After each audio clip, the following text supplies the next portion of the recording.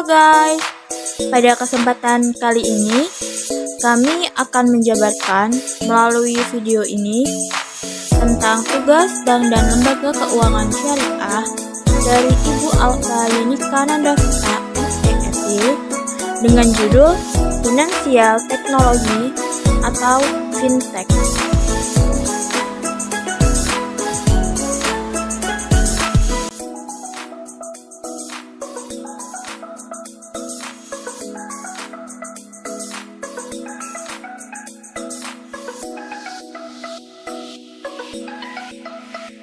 Apa sih itu fintech? Nah, fintech merupakan singkatan dari kata financial teknologi yang dapat diartikan dalam bahasa Indonesia menjadi teknologi keuangan. Secara sederhana, fintech dapat diartikan sebagai pemanfaatan perkembangan teknologi informasi untuk meningkatkan layanan industri keuangan. Bank Indonesia mendefinisikan fintech sebagai fenomena perpaduan antara teknologi dan fitur keuangan yang mengubah model dan menghalang model keuangan yang lemah. Fintech juga adalah salah satu yang mewakili industri baru yang menggabungkan semua inovasi di bidang jasa keuangan yang telah dilaksanakan melalui perkembangan dalam teknologi.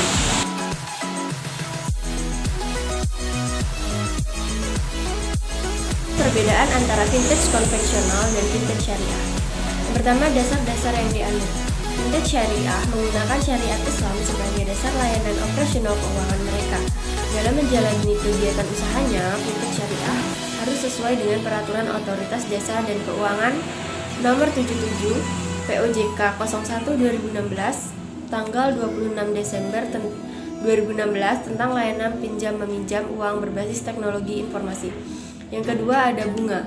Fintech syariah seperti halnya prinsip syariah tidak mengenal sistem bunga yang mengandung unsur riba dan tidak sesuai dengan ajaran Islam.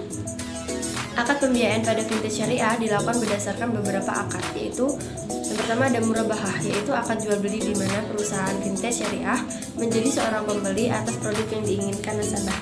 Yang kedua ada ijarah wa iktina, yaitu akad sewa seperti akad murabahah. Pada akad ijarah wa iktina, penyelenggara fintech syariah menjadi pembeli atas barang yang diinginkan nasabah.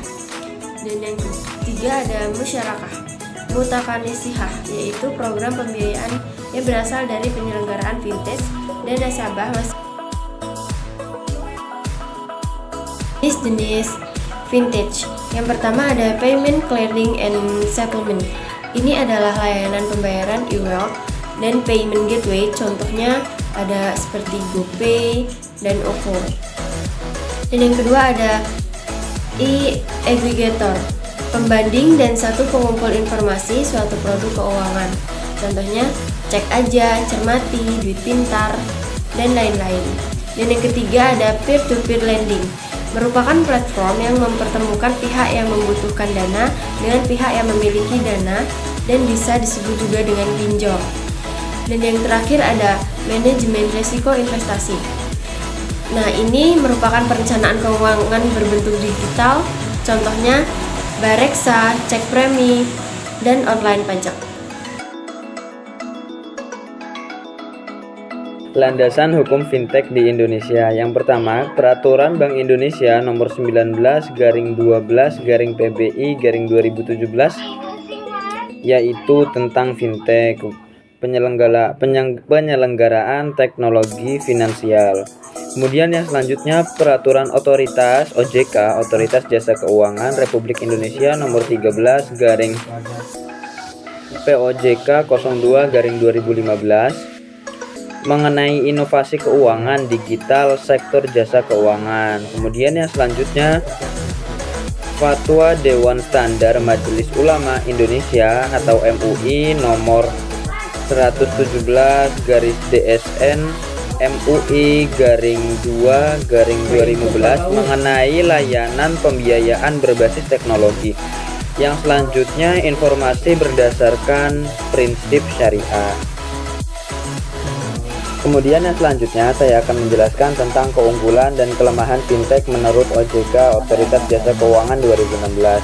Kelebihan fintech yaitu melayani masyarakat Indonesia yang belum dapat dilayani oleh industri keuangan tradisional. Dikarenakan apa? Dikarenakan ketatnya peraturan perbankan dan adanya perbatasan industri perbankan tradisional dalam melayani masyarakat di daerah tertentu. Menjadi alternatif pendanaan selain jasa industri keuangan tradisional, di mana masyarakat memerlukan alternatif pembiayaan yang lebih demokratis dan transparan. Kemudian kelemahan fintech yaitu fintech merupakan pihak yang tidak memiliki lisensi untuk memindahkan dana dan kurang mapan dalam menjalankan usahanya dengan modal yang besar.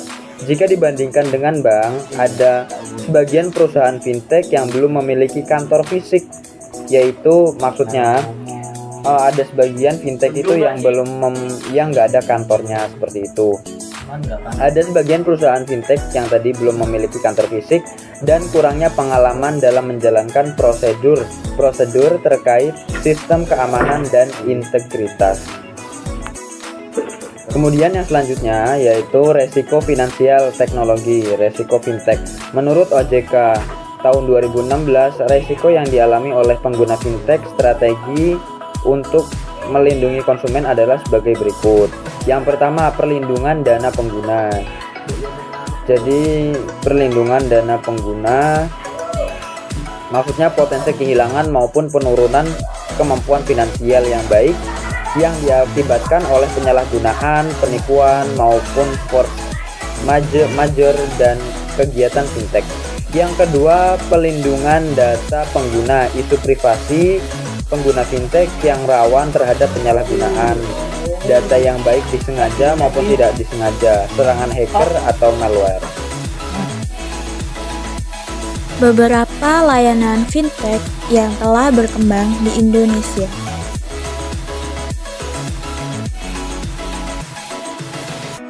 Pahami manfaat, risiko, dan ketentuan yang berlaku. Pertama, memiliki kontak dan layanan konsumen yang jelas dan mudah diakses. Yang kedua, waspadai tawaran produk dan layanan digital tanpa legalitas. Cukup sekian penjabaran dari kelompok kami. Saya, perwakilan, memohon maaf bila ada kurangnya. Semoga bermanfaat dan see you guys.